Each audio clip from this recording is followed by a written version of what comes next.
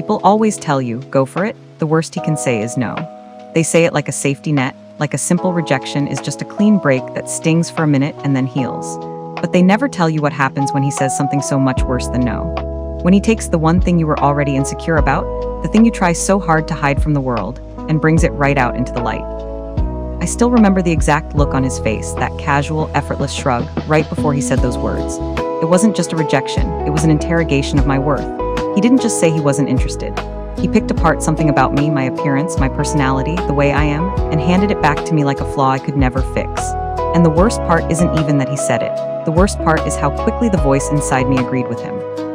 I spent years trying to build up enough courage to even put myself out there. I used to look in the mirror and think, maybe I'm finally okay, maybe someone could actually see me and want me. But with just a few sentences, he dismantled all of it. Now, every time I look at my reflection, I don't really see myself anymore. I just see the version of me he rejected. I see the exact flaw he pointed out, magnified 1,000 times.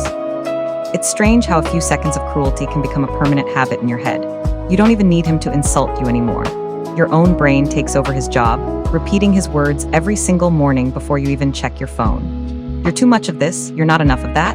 Why did you ever think someone like him would want you? I try to distract myself. I bury myself in work, I scroll through my phone for hours, I blast music so loud it shakes my chest, anything to drown out the memory of that conversation. But the silence always comes back. And when it does, I'm right back in that exact moment, feeling the wave of shame crashing over me.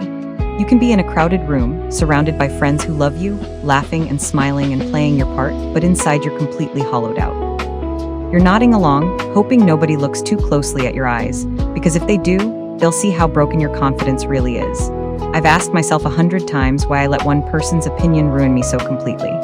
I think it's because his insult felt like proof. Proof that all my deepest, darkest fears about myself were actually true all along. Every compliment I've received since then feels like a lie, like they're just being nice because they pity me. If someone says I look good, my first instinct is to argue with them in my head, because his words have become my new reality.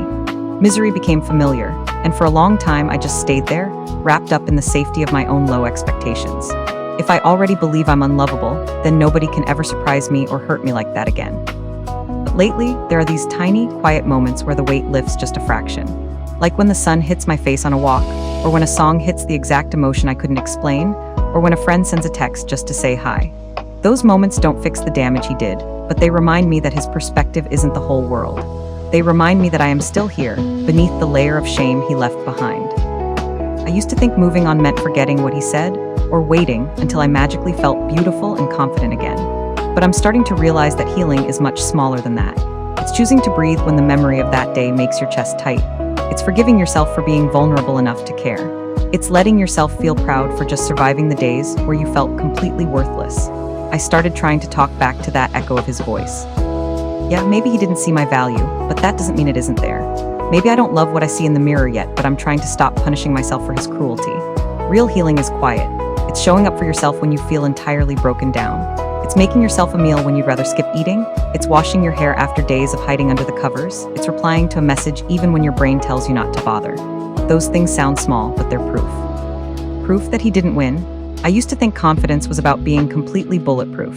Now I think it's about being hurt, being insulted, and still deciding that you are worth taking care of. I still have bad days where his words feel like gospel, but I'm learning that keeping myself small doesn't protect me. It just keeps me trapped.